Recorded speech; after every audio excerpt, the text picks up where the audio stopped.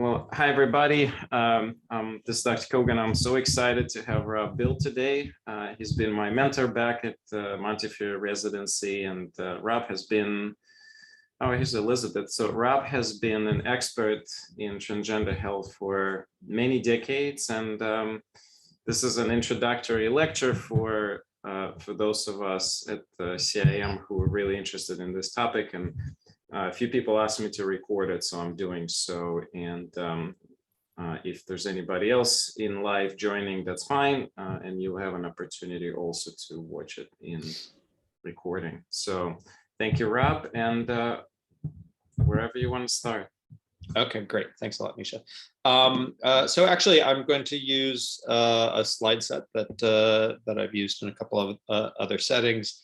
I haven't adapted it too much for the integrative medicine approaches, which is why it will be even more helpful, Misha, if you feel free to, break in with any questions that you think would make it more pertinent for your for yourself and for any audience. Let me see if I can find it. And you should be able to share it now. I just set you up. Right, I just want to make sure I'm sharing the right thing. Yes, look at that.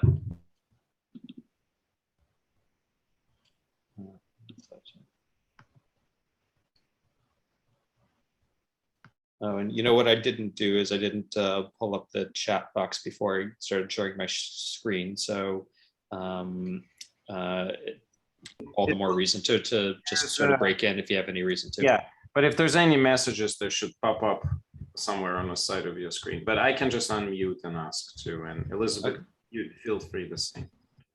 Okay. So by way of introduction, I'm Robert Beil. I'm a general internist up at Montefiore in New York. I've been working there for almost 30 years now, and have been doing transgender healthcare almost the whole time. And I got when I started doing trans healthcare in the early 90s, it was almost 20 years before New York State changed their laws to support transition-related healthcare, and a good 10 years before any of the medical societies affirmed that transgender healthcare was mainstream healthcare and that they supported the use of medically assisted transitioning. And the only way to really learn about trans healthcare was to find other people who'd learned from other people how to do it. So it was definitely a place where mentorship and seeking out the elders was the only way to go. So we're going to talk about a little bit about barriers to healthcare for trans people, talk about the risk benefits alternatives to cross-gender hormone therapy, and a little bit about just the basics on how to care for trans clients as a provider. I have no disclosures, and all gender affirming hormonal therapy is considered off-label by the FDA, but is the subject of multiple society guidelines, including WPATH and the Endocrine Society. WPATH is the World Professional Association of Transgender Health, and they're, the only, association that, is recognized as like the leader in world transgender healthcare. They have a document called their standards of care, the WPATH standards of care, SOC, and they're just doing their version 8, I think, which is updated right now. Okay, so some real basics of gender and sexual identities. Each person is assigned a sex at birth. Usually those are male and female, but there are some people who are intersex or other at birth. But those people grow to have a gender identity when they get older. How much older? Not that much older. Actually, gender identity is one of the very first things that that young children manifest way before they actually manifest any sort of sexual orientation. And a lot of boys who are assigned male at birth, have a male gender identity, and a lot of females or people who are assigned female at birth have a female identity, but not everybody, and that's important. And especially kids growing up in the modern world understand that that there is a gender spectrum, and they're allowed to choose where they are on it, and that's led to some very interesting shifts in the way children in the last 10 years see their gender. They've been teaching us a lot about how limited the gender binary really is. Gender expression, remember, is a little bit different from gender identity. It's really how a person chooses to express their gender to the outside world, and it may match with their gender identity. It may match with their sex assigned at birth. It may sort of be a technique that they use to get by, but be true to themselves somehow. Just remember, like, gender expression is a very chosen path, and that's malleable by the person, depending on their needs and their pressures. And I'm going to talk about pronouns. So just the last thing at the bottom, we talk about attraction. Just remember that gender identity and sexual attraction are two different things. Everybody has one, or one of each. Everybody has a gender identity. Everybody has a sexual orientation, and they're completely different. Rob, can I ask you to go back for a second? Sure. There's one thing I've never heard before. It's a Z, her, hers. Yeah, I'll get to pronouns. There have been a lot of different pronoun systems, and it's important to sort of keep an ear towards the pronouns that people use. Most times people choose she, her, he, him, or they, them. Z and here and a couple other sort of designer pronouns have had their moment, and are there are definitely people who use specific pronouns, and it's not quite as important to know all the sort of also ran pronouns in the world so much as to keep an ear towards when somebody says my pronouns are this and this. If it's not the traditional, like the big three, they're still their pronouns, and that's what they want you to use. And I got into this a little bit, like the traditional gender binary model is that, people who are assigned male at birth have a masculine gender identity, and their a masculine gender expression, and their sexual orientation is towards women. That's not only traditional, but sort of on average more likely. Similarly, somebody assigned female at birth tends towards having feminine gender expression, a female gender identity, and a sexual orientation towards men. I used to have a really good slide, but that is really not a model that has adequately expresses the sort of complexity and variety in the modern world, and didn't really apply to the older world either. It's just that people felt the need to conform to it in order to sort of get along in society, and there certainly is no shortage of examples of people who had the either the courage or couldn't help because of their being, just to bust with these models and before 30, 40, 50 years ago. But just to remember that traditionally we thought of both gender and sex as a binary. And we tend to use sex as a binary still. We talk about like sex assigned at birth. Sex is genitalia and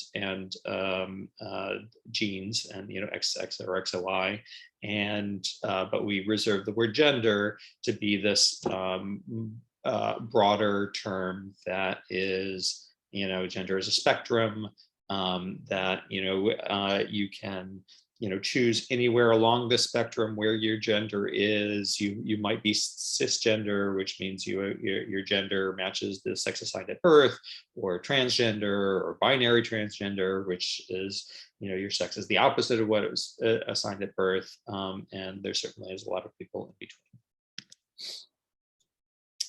Transgender, I'm not going to spend a lot of time on this, was a term that was actually created about probably 30, 40 years ago as the broadest possible umbrella term for, everybody in the world whose gender identity does not match their sex assigned at birth. So it's very broad. And there's a lot of different sorts of people who would use different words to describe themselves that would fall under the transgender umbrella. And another just terminology to use, and it's very easy, if you're meeting a trans person, just a phrase like, tell me about your transition, is a word that can really unlock a lot of information that you're interested to hear about. The transition is the process that somebody goes through to arrive at their comfortable gender identity. And a lot of people think of that process as a discrete transition. Like, I was 15 years old and I realized that I identified male, and I told my parents and my friends, and I transitioned at school and I started wearing male clothing, and then I started hormones at, blah, blah, blah year. And then I got top surgery at 22. And a lot of people realize that, it's really a lifelong process. It's not just like I was this and now I'm this. It's, more like I had my earliest identity at this age, and it took me a while to sort of work out that, like, this is, not, a momentary thing, but this is sort of where I see myself. And it really stabilized at this part of my life. And I started telling people, and, so there's social transition, hormonal transition, legal transition, changing your name and identification, surgical transition. So there's a lot of different parts of it. And the caveat is, it always has to be that, in the modern world, a lot of people, there are a lot of younger people who don't feel the word transition really applies to them, because they've been allowed to live their gender identity for their entire life. They had parents who were, attuned to their gender diversity from a young age, and they were allowed to express it. So they never really felt like there was a before and after, that they've been allowed to sort of live their entire life in their comfortable gender identity. This a little bit. Okay, and then some more terminology. So I'll talk about trans females. Some people will sort of abbreviate MTF, although you don't see anybody say that out loud generally. Or male to female people, trans female, trans women. You might actually see AMAB, that's assigned male at birth. So some people who are sort of new to the trans world get a little caught up with, okay, so a trans woman or a trans feminine person is somebody who is, and they have to kind of think through it slowly, and it gets people a little gripped and worried. And I said, if you don't remember, if you're kind of worried about it, think patient-centered for a moment. Is like, what would this person want you to, what terminology would they want you to use? Would they want you to unduly refer to their sex assigned at birth, or would they want you to be considered what their gender identity is? And of course, they would prefer that people like really see them in their current gender identity. So a trans woman is somebody who identifies as a woman, whose gender identity is female. And likewise, a trans masculine or trans man is somebody who identifies as a man, whose gender identity is male or masculine. So trans masculine person, FTM, female to male person, assigned female at birth. And a lot of times, what a person was assigned at birth it becomes important just when we're talking about medical transition and we're talking about like knowing what organs they have and what, what they started with. But again, people prefer as much as possible. We don't refer to ancient history for them. And you'll meet and see a lot of people who are gender non-binary. There's an evolving terminology that people use. The most likely at the moment is gender non-binary, G and B. And those are folks who, as I kind of noted, feel like they're somewhere along the gender spectrum, but not on either end. To work with transgender and gender non-binary people is to really have an ear towards the plasticity of the language, because it's evolving and it changes. That wasn't that long ago that we were saying G and C, gender non-conforming, and gender non-binary really became the much more popular word 5-6 years ago. And I'm sure it's not the end of the story. Just a moment on EHRs, depending on what electronic health records you use, none of them are actually really well designed to be able to document comfortably or take care of transgender folks. They all have like little workarounds so that you can put in pronouns and preferred names. Particularly when those are not like their legal name for insurance purposes, and large institutions have an interest in holding on to knowing what a person's not so much legal name as the name on their billing information, though, what their insurance knows their name to be, because they won't get paid unless they send the bill to the insurance company on the name that the insurance company recognizes the person to have.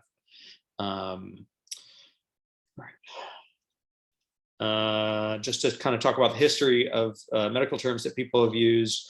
If you're old enough, you'll recognize gender identity disorder, GID, was a term that was used for 20, 30 years. It was in DSM 4, and definitely seen as overly pathologizing as a mental health disorder by the community.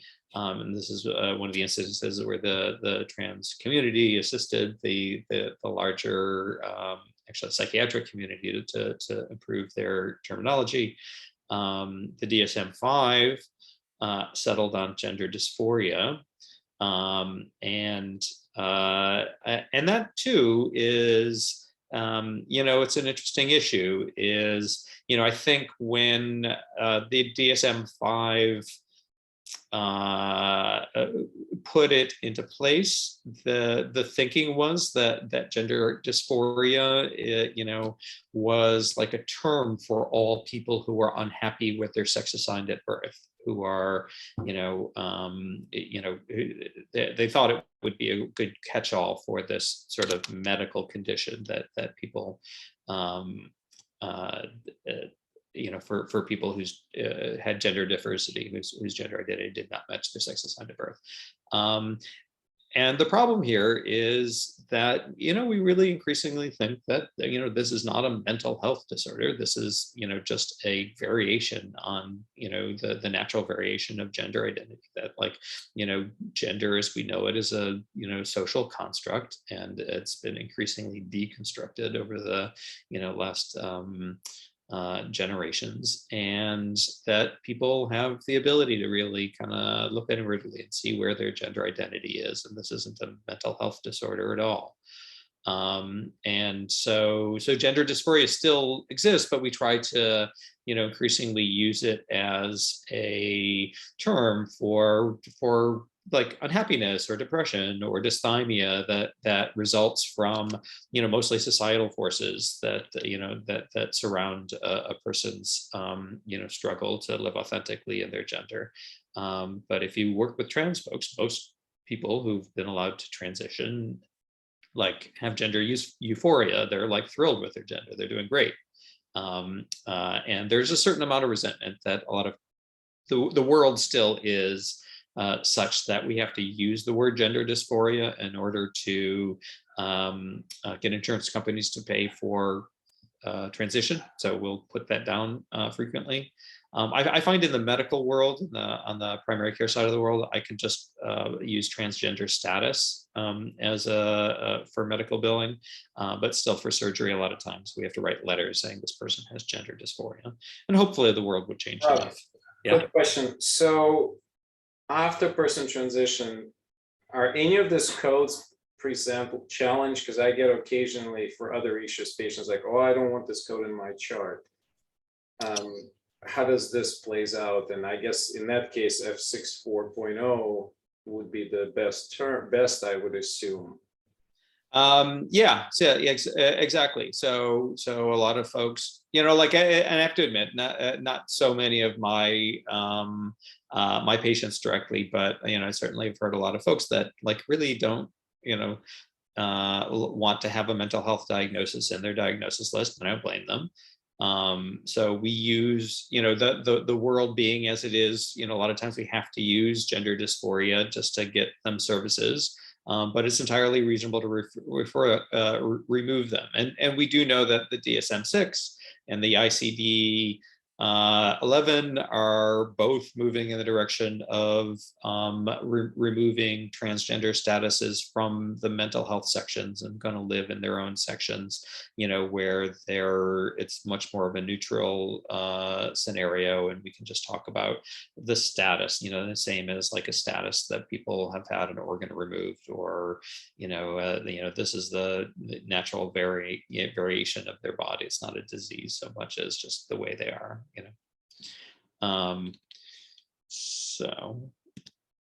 Yeah, and typically I'll, I mean, so all the F64 codes are very, variations if you look at all of them on transgender status, and they include sort of outdated terminology like transsexualism, and some specificity like male to female or female to male. As much as possible, I just use F64, which is really pretty basic. Okay, so some demographics have been shifting pretty rapidly. The most recent really terrific study that we have is 2016, which is 6 years ago. 0.6 of the population had identified as transgender or gender non-binary, and that had doubled from their study 3 years before. And we think it's changing quite rapidly even since then. Study in the late teens, about 3% of Minnesota teenagers had identified as gender non-binary. And more recently, in the last couple of years, in all Pittsburgh high schools, 9% or a little bit more actually identified as gender diverse.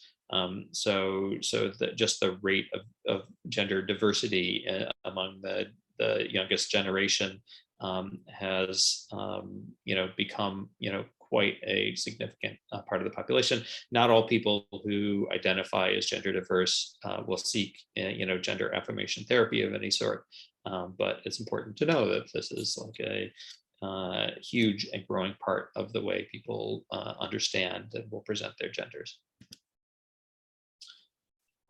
Just like kind of tips and tricks about trying to make your health center, your office a little bit more trans friendly. The front desk is actually one of the hardest places for trans people to get through. A lot of times they'll have an ID that doesn't really match their name or their gender identity, and people at the front desk will make mistakes. We'll call them by the wrong name. We'll not ask for pronouns. So you'll frequently see somebody who's a little pissed about like how things went up front. First off, train your staff and make sure they're attuned to differences of gender, but also, apologize for any mistakes or affronts. Offer to use their preferred names or pronouns. People, I can't tell you how many people I've worked with who somehow got the idea that we're forced to use people's legal names somehow, in the chart or in front of them, and nothing could be farther from the truth. Most HRs, although not all of them, have a place that you can put a preferred name or also known as. And as much as possible, we should use their name, and we should always, always, always use the person's preferred pronouns.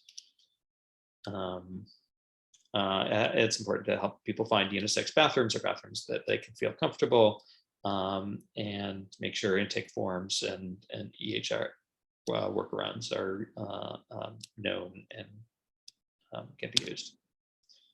I mentioned, it's important to work with all staff on better trans sensitivity, work on strategies with the patient a lot of times so they can understand how to navigate the system better, and be familiar with local resources to assist with name and gender change. I mean, we can do a lot in the medical offices, assisting with hormonal, surgical, mental health issues. But that's not everything that a trans person needs. A lot, they need a lawyer. They need legal help a lot of times to change their name and their ID markers. And people, the state of affairs now is, people, all of the IDs are actually different, and it's a process for each of them. There's one process to change the name and gender markers on your insurance card, a different process to change the name and gender marker on your driver's license or state ID, another process to change a name and gender marker on your passport, and another one to change it on your birth certificate. Not all states and municipalities allow birth certificate changes, but many do. So it's a process, and most of them need a letter from a medical professional saying, yes, this person, has transitioned to the point that they need to, and, should be considered by this, which is their gender identity. Yeah, if I may just Yes, briefly, please. DC also allows on driver's licenses to use a gender indicator of X for non-binary as well. So, which is not available on passports and the many other documents that identify us, but that is true for the for DC residents. Yeah, it's an interesting patchwork that the world is changing, and there's not a lot of agreement how to change, and there's certainly a lot of heel digging in a lot of parts of the world on all of this. There are some countries, I think Germany, that allow gender X on their passports as well. So our EMR, it's called CHARM.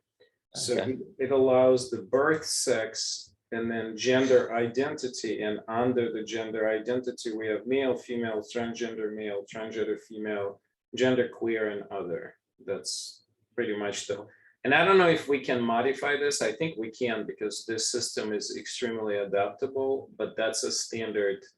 We have not changed that. We just have a standard layout that comes with the system. We didn't ask them for any specifics, but we already have that. And I think the goal is to start using this, because obviously right now, mostly what we use is just the birth, sex in there. Right.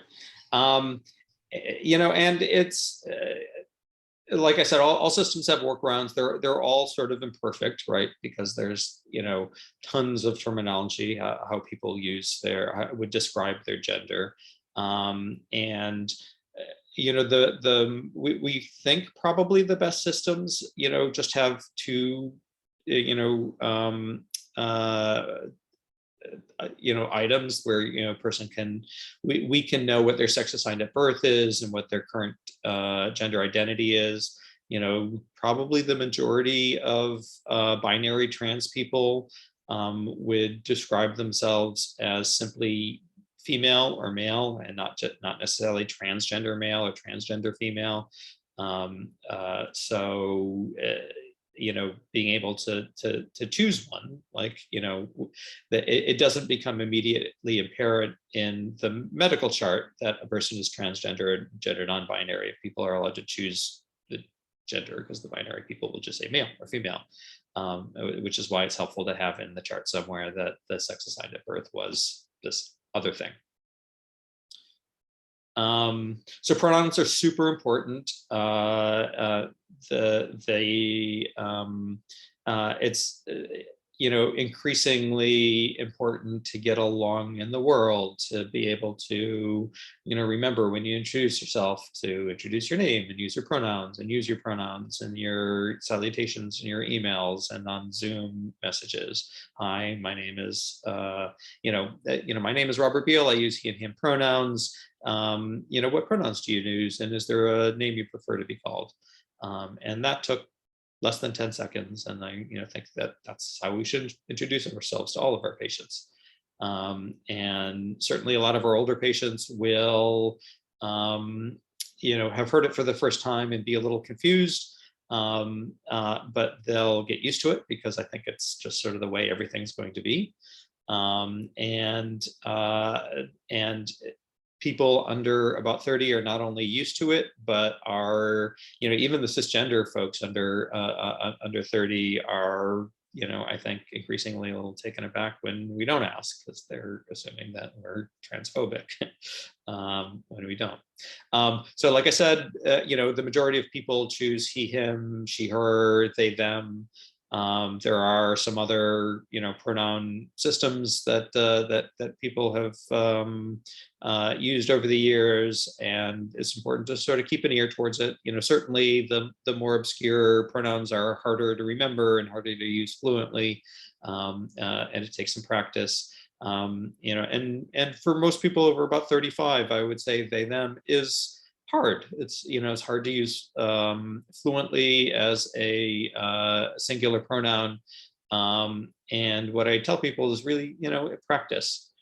Sometime when you're in a room and not with the non-binary person in front of you, tell a story about a non-binary person. Like, oh, I work with this terrific person named Chris, and they let me know that they were non-binary a number of years ago, and they're a terrific social worker who helps me with blah de blah, and they're from California, and they do blah blah blah blah blah. And the more you sort of get used to it, the more fluent you are. But honestly, the best of us make mistakes. And it's really important. Intentionality counts a lot here. So when you make a mistake with pronouns, apologize. Say, oh, I'm sorry, I messed that up. They, them. I'll do better. Because trans people get misgendered a lot. And sometimes when they're misgendered, and definitely all of them in their life have been misgendered maliciously, and they've all been misgendered not maliciously as well, but they don't know if they're meeting you for the first time or second time, if they get misgendered around you or by you. Like, until you say something, they don't know that, like, you see it as a mistake, that you're, that you want to be trans supportive and, an ally as much as possible, until you say something, until you show that your intention was really to get it right. So it's really important to identify anytime you mess up and apologize. I think I already mentioned preferred name matters. Don't get hung up on whether it's their legal name. Always use their name. Always refer to them by that legal name in the chart, and by their preferred name in the chart. Always refer to them by their preferred name when you're talking about them with colleagues. Same with pronouns. A touch about sexual orientation. As noted. Everybody has a gender identity, everybody has a sexual orientation, and they're different things. A person can be assigned female at birth, have a trans masculine gender identity, and may be attracted to women, they may be attracted to men, they may be attracted to feminine people on the feminine spectrum, or masculine people, or they may be attracted to all people everywhere on the spectrum.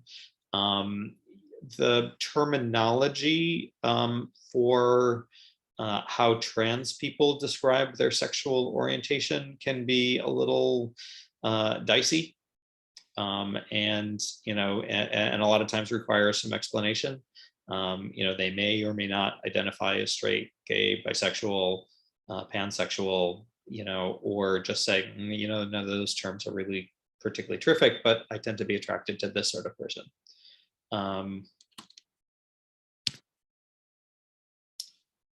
And I know you want to. We should get onto hormones a little bit, but just to sort of skip through this a little bit, just remember there's a lot of barriers that people have to get through to get the healthcare they want. A lot of them have had negative experiences.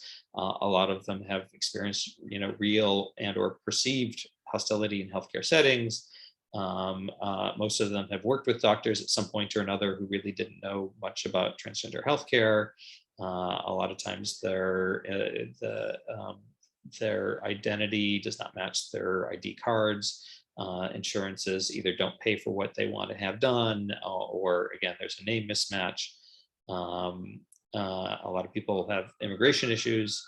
For some people, hours of clinics can be difficult. There's a lot of people who sort of live their life nocturnally and or work full time, and we really just don't make it easy by being open 9 to 5.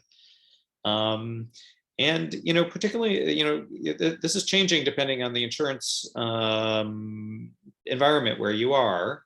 But it's a fairly recent thing that insurances have paid for transition-related healthcare. And in the absence of this, historically, the trans communities have sort of done it on their own. And they got hormones on their own. They did surgeries. There were providers in the community that just sort of did things in back alleys and hotel rooms and pump parties. And the people rely more on what their friends said and do than they do on what rando doctor today says. So I think self-sufficiency is a good thing, but it's important to keep it in mind when you have a trans person in front of you that you're not their sole source of information. TikTok, YouTube, and whatnot carry a lot of weight also. Okay. Just one last thing talking about informed consent is, used to be there was a lot of hoops that people would have to go through to start on hormones. That they would have to have 2 letters from different mental health providers and live without hormones in their preferred gender identity for, was it a year or 2 years, and only then could they have their first dose of hormone. We've really moved much more to informed consent model. If somebody is old enough to be able to consent and understands what they're getting into, that's good enough. They understand the risk benefits alternatives. I make sure they understand the permanent things that will happen when we start this and that hormone. But after that, if they seem to get it, fine with me. They don't need more, and we don't really have to have signed consent. As long as I document in the chart, as I do with most things, that we've discussed the risk benefits alternatives, and perhaps I'll write specifically this, and this. Good enough. Okay, so getting on to hormonal therapy, I'll talk a little bit about what we do with binary trans women, and then a little bit about what we do with trans men. So you'll be happy to know as integrative people that we use almost all estradiol now, which is the bioequivalent hormone that people produce. We tend to use it in 3 different forms.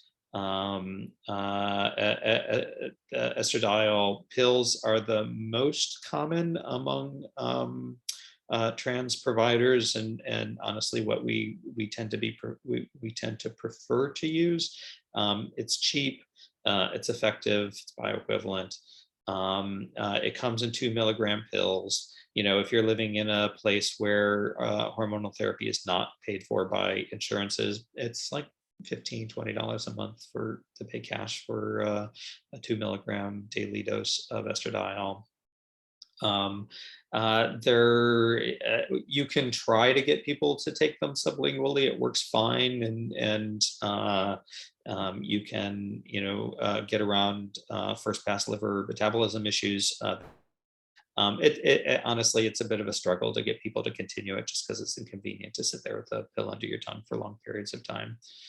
And especially if you're using the higher doses, and people are on a spectrum. 2 milligrams is fine for a lot of people. Probably the majority of my patients get up to 4 at some point. And then some may need 6 or even 8 milligrams. Do you find people who really want to do sublingual, you send the orders to the compounding pharmacies? I haven't, just because at the compounding pharmacies, there aren't many compounding pharmacies where I physically work in the Bronx. So there's not a particular role. Although the estradiol pills, sometimes they come in pills, sometimes they come in capsules. Capsules can be poked and the liquid squeezed under the tongue, and the pills, are pills. They're compressed powder that can sit.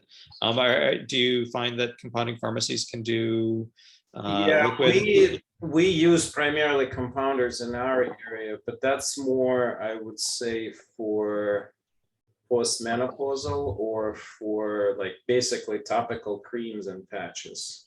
But that's more, that's not for trans. That's more for women who want to continue the hormone replacement after menopause. So I was just thinking that there may be something here, and the compounders can make the sublingual forms absorb a lot faster. That's, I think, oh, really? Yeah, because it depends on the prep, how the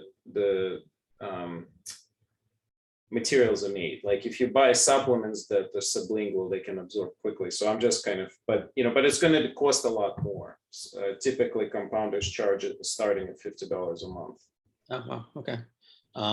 Good to know. I wonder if that might end up being sort of the future of what we do. I can see where that would be preferable in a lot of ways. When people use sublingual compounded estradiol, like how long does it take to sort of absorb sublingually? I actually don't know. I got to learn this. So I will be talking after with one of our naturopaths who does this a lot. So I'll talk. Okay. I don't actually know. Okay. So the next thing is intramuscular estradiol. The brand name is Estrogen. It's estradiol valerate. Can be used. The typical dose is about 20 milligrams per ml, 1 ml every 2 weeks. IM. This is a place where compounders, if you have access to them, can be very useful, because there's no stable generic producer of estradiol valerate. And the company that made the brand name Estrogen has supply issues, and sometimes it's available and sometimes not. So knowing a compounder that can actually make you some estradiol valerate for injection would be very useful, and be able to get a steady supply to the patient. Where I work in the Bronx, like there are community values everywhere, right? And one of the community beliefs where I work is that the only thing that works is super high doses of estradiol valerate. So people come in asking for 40 milligrams every 2 weeks. That looks like it's about $400 per shot. Or is that covered? Well, yeah. So in New York State, at least, hormones are covered. Probably it's a little harder. I don't know what happens when you go to compounders, but fortunately, New York State had a 20-year period where they said they wouldn't pay for any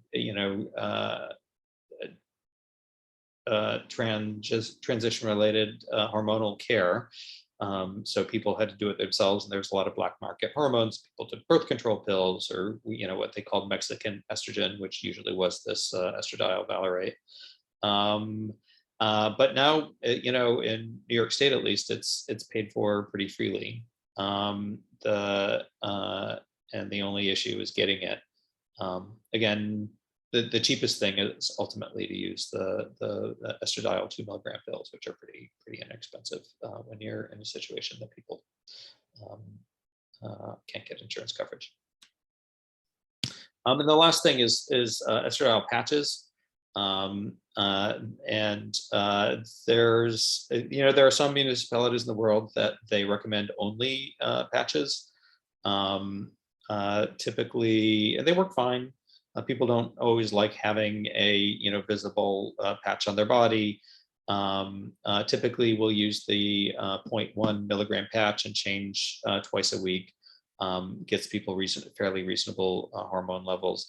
And of the three, these are the least often used, probably have the most use for older trans women, people over 40, and smokers. And we do know that they have the least likelihood of DVT risk between the three. So anybody who's had DVTs, anybody have clotting issues, preferably smokers or people over 40, there's definitely a role for the patches. And then most trans women use an anti-androgen preparation of some sort. The vast majority use spironolactone. It blocks testosterone production and also androgen receptors. We use doses of 100 to 400 milligrams daily. Most people take actually between 100 and 200. It's interesting, if you think of the people that we use spironolactone for high blood pressure or cirrhosis, we're always super cautious and starting with 25 milligrams and obsessively watching their potassium. It turns out when you work with young, healthy people, hyperkalemia is super rare. Their kidneys are fine with it, and they can go to really high doses, and it's rarely a problem. But certainly, people with any renal issues, they either can't use it or have to use it much more cautiously. I've yet to have a person who had actual hypotension on the spironolactone. But it happens as well, and we hear about it. So for people who can't do that, a lot of times we'll use finasteride or dutasteride. There doesn't seem to be a role for both, although again, in some community forums, some people will, argue for, wanting both. It's not really clear that it's really worth the effort.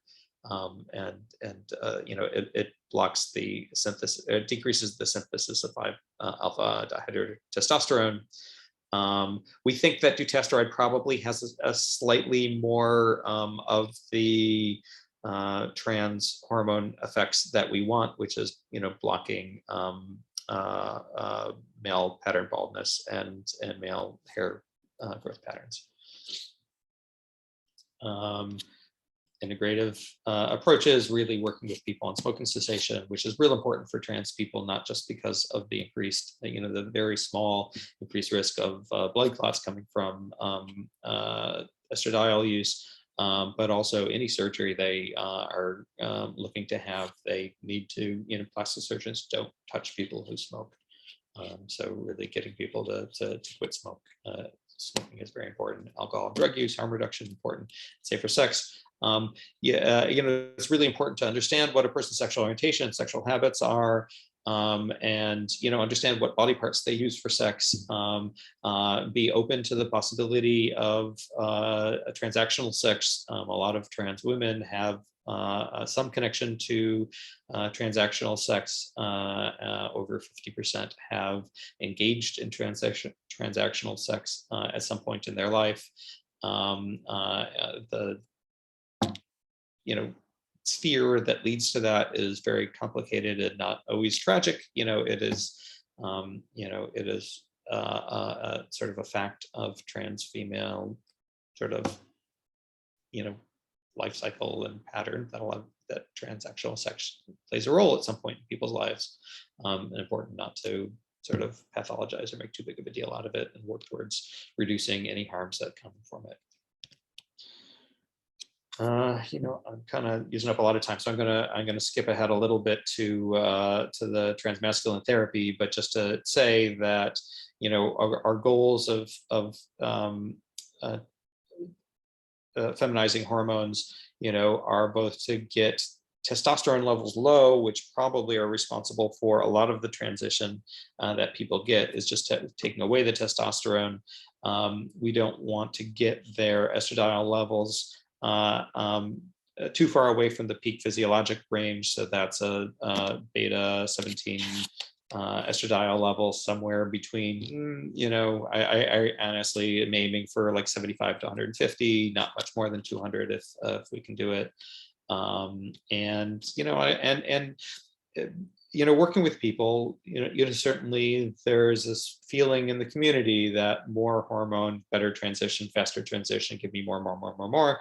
And I rarely have a difficulty when I bring people into the decision-making process. I show them what levels they have, show them the risks that come from having higher than necessary hormones, and that hormones will, not be helpful over a certain range, and can be harmful. And, that goes a very long way.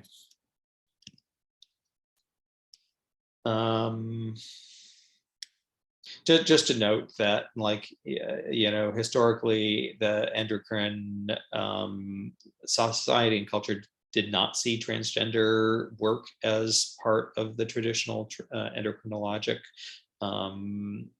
menu. And that's changed a lot. And they've actually really come a very long way in the last 10 years or so. And they actually have their own standards of care, and trans medicine is taught in endocrine residencies, including my home institution where I do the lectures now. And that there's a lot of surgery that is possible for trans folks, moving from top to bottom: facial feminization surgery, top surgery, which includes breast augmentation, chest reconstruction, and a number of procedures for genital gender affirmation. All right. And just so I can get through this, for if you have a trans masculine person who's interested in a testosterone therapy, well, one thing to remember is, testosterone really is transformative in a way estrogen isn't. It really, from the earliest doses, causes body, permanent body changes that are profound and irreversible. That sounds sort of ominous, but it really isn't. People are taking it for those reasons and are very excited about it. And people are usually really quite happy with their testosterone therapy. There aren't a lot of contraindications to testosterone. Obviously pregnancy or the ability to get pregnant is very important thing to talk about for trans men who have male partners. One thing you absolutely want to avoid, if you can, is exposing a fetus to testosterone. For trans men who become pregnant on purpose, or may become pregnant just by having a cis male partner, or a trans female partner with a penis, it's very important to take extra steps to try to make sure that you are not working with a pregnant person who you've been giving testosterone to. The other issue that comes up, actually not infrequently, with trans men is polycythemia. It's certainly rare. Polycythemia is a pretty rare thing to run into, and certainly if you know somebody with thrombocytosis or polycythemia coming into it, it's a much more fraught issue to start them on testosterone. But much more commonly, we cause polycythemia with testosterone therapy. So it's one of the things that we have to monitor. Sleep apnea can get worse, COPD, and asthma. Asthma really doesn't get worse, but the issues here more are that smoking, COPD, and maybe asthma can cause polycythemia, and then putting somebody on testosterone can exacerbate that polycythemia. And you're giving somebody a male cardiovascular risk pattern. Okay, I'm going to kind of skip through these a little bit. just because I didn't really mention it up till now, it's important to remember when you're doing physical examination with trans folks to let them know why you're doing it. Only do what is necessary. Remember that physical exam can be very anxiety provoking for trans folks, partly just because a lot of them aren't comfortable with the way their body works, and also they experience people to be inappropriately curious about their bodies. People get asked about their genitals on trains, like, have you had surgery, stuff like that. And it's just so inappropriate. And to get questions about that in healthcare settings, particularly when their genitalia is not really particularly important to the issue at hand, can really make people uncomfortable and sort of wonder about the acumen and motivations of the person who's talking to them. So always asking permission if you're you need to do some sort of physical examination of a trans person, and explain why you're doing it. Just to mention, the picture on the bottom is a person wearing a chest binder. A lot of trans men who haven't had top surgery use chest binders to decrease the protuberance of breasts and give them a more masculine shape without doing any sort of surgery. So testosterone comes in a lot of different forms. The majority of people honestly use, either testosterone cypionate or enanthate interchangeably by injection. Traditionally, those injections were biweekly and IM. I would say the majority of people now use it subcutaneously and more often weekly. Subcutaneously, there was a study, I think 8 or 9 years ago now, showing it actually really just achieves the same thing as intramuscularly. So all these people in the last 100 years who've been doing IM injections probably really didn't need to. And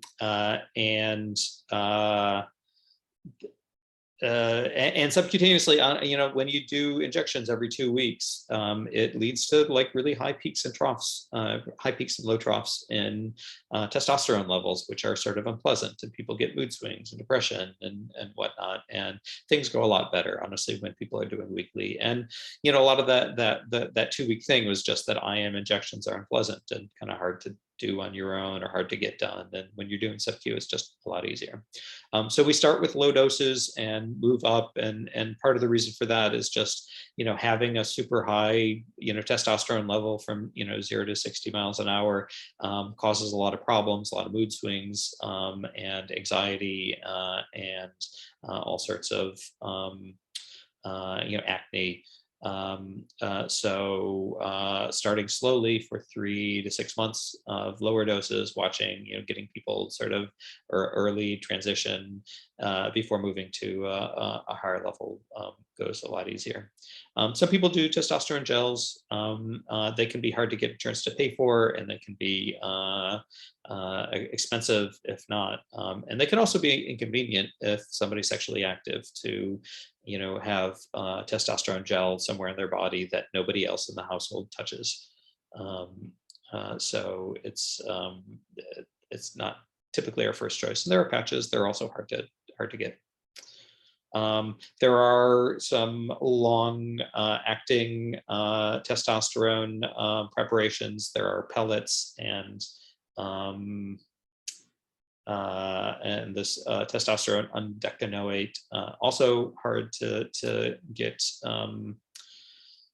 insurance to pay for and quite expensive, but they certainly may be very reasonable, all things being equal, to be able to get in every 6 month, minor procedure or injection for your testosterone might be preferable. Let's see.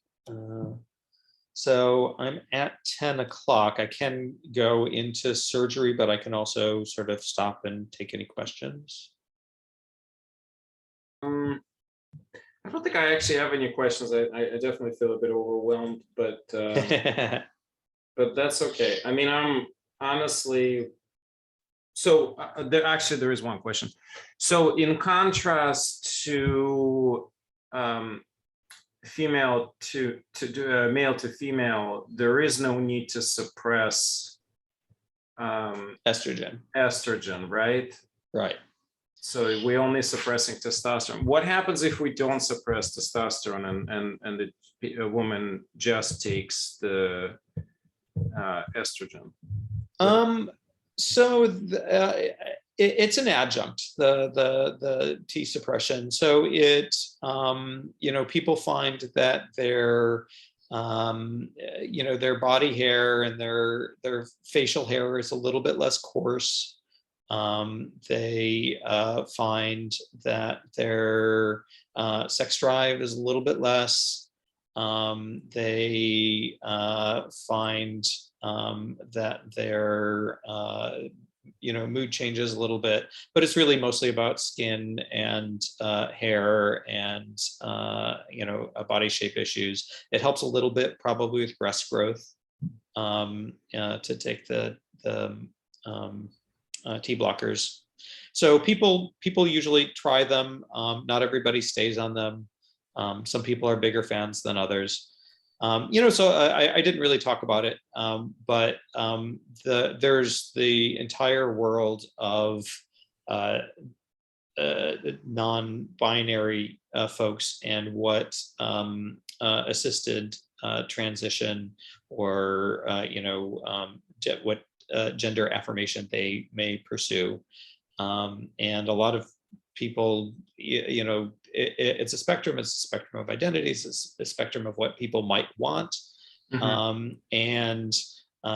Certainly this is one of those areas where a holistic approach to like understanding, the person and their goals and their, and the availability of things to achieve those goals, can play a role in what they want. So there are non-binary people who just want to take spironolactone that want to suppress their testosterone to a certain extent, but don't really want to take female hormones. Or there are non-binary folks who are sex assigned female at birth who want to take testosterone for a while. And want to, may either just want a deeper voice or want some facial hair, or say don't want any of the above, but don't want to have periods. So they might, opt just to go on progesterone preparations to try to suppress their periods. So obviously there's a lot of really fine intricacies as I can beginning to sense. And do you find you have to educate patients a lot, or are they often pretty knowledgeable about some of these issues as they find it from friends, and what are the resources for patients out there? Well, it's interesting. There's a real generational divide. Is most of my patients who are over 35, sort of grew up on an area where they've understood, there's a street knowledge that like they and their friends have passed along, and they come in with a pretty strong opinion about how things are and how they should be and how they've always been done. And I do find that the younger group, particularly in New York, where transition-related care has been paid for by a long time, come in a lot of times have only ever received medically assisted care their entire lives, and are very open to hearing what a lot of times they've only had people who are really good at trans healthcare and have never had bad experiences and are really interested in what we have to say.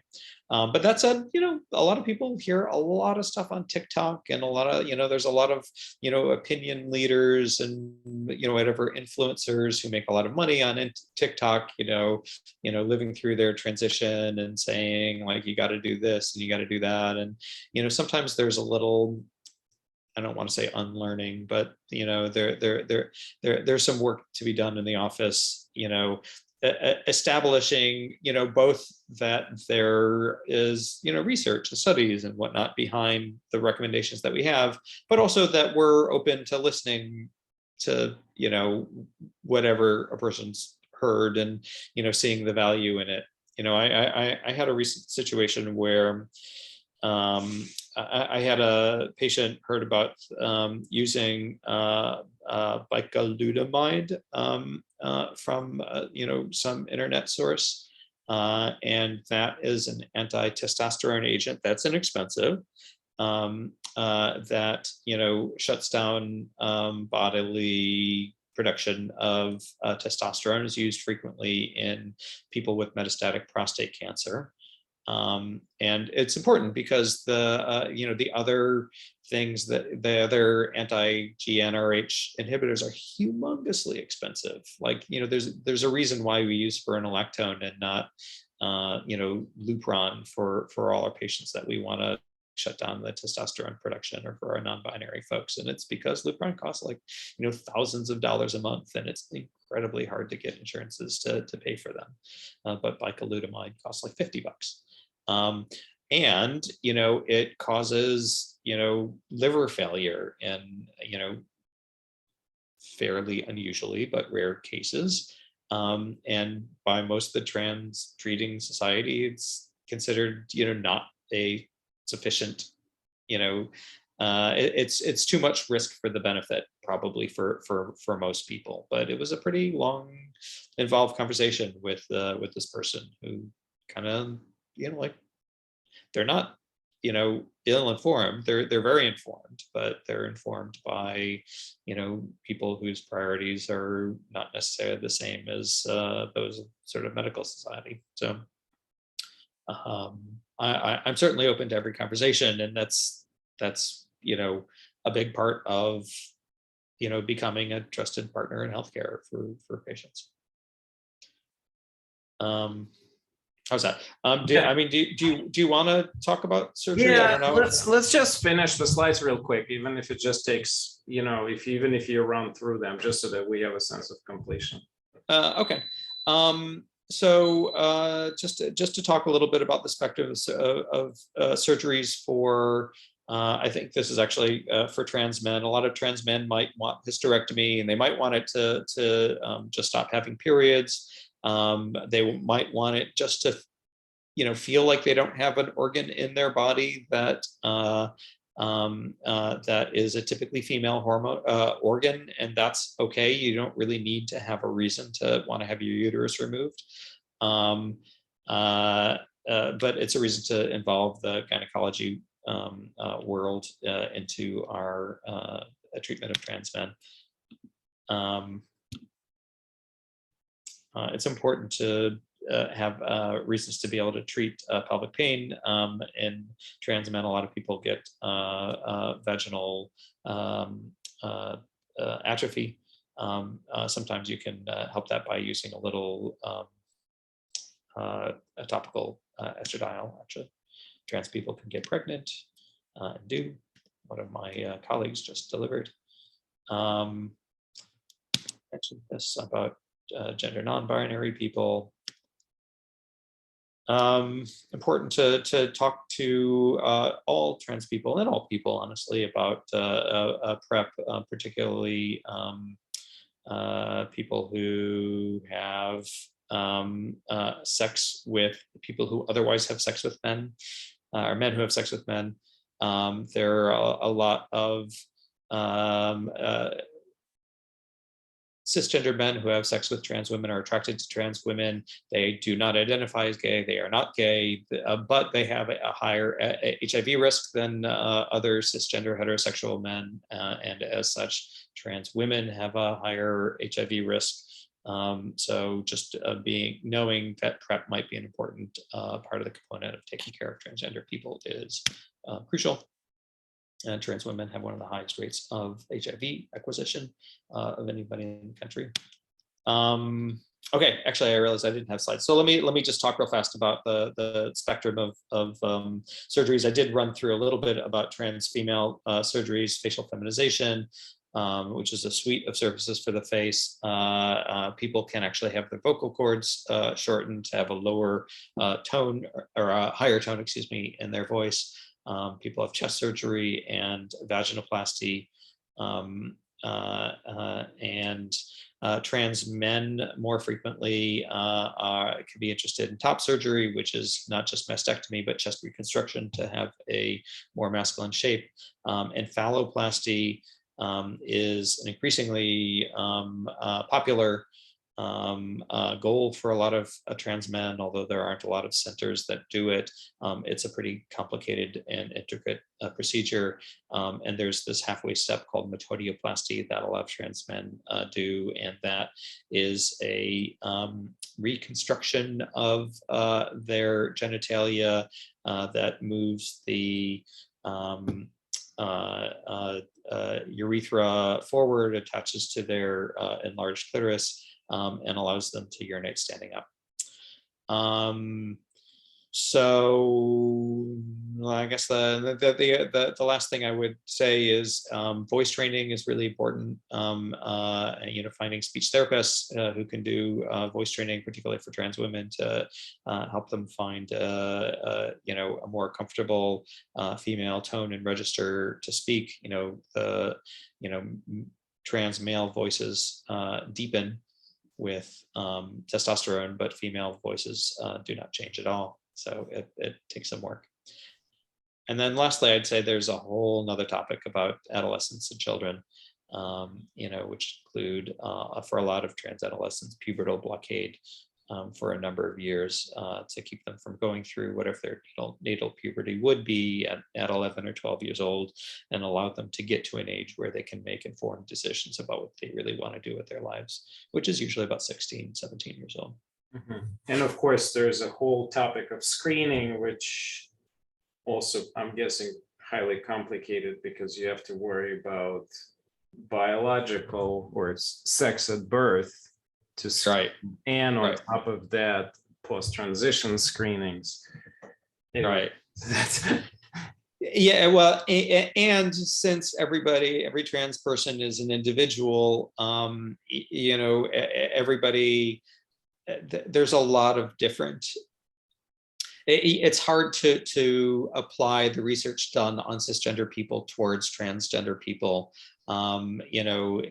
because, you can say, oh, this trans man, has been on, testosterone for X amount of time. So,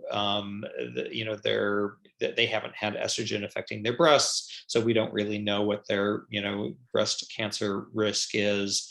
But, a lot of trans men started their testosterone at 30 or 35 years old. And a lot of trans women, started their transition at a later point. So we don't really, they've had different, prostate exposure to testosterone over the years, and everybody's bones are different. So it's really, this is a shared decision-making moment where we can talk about like our,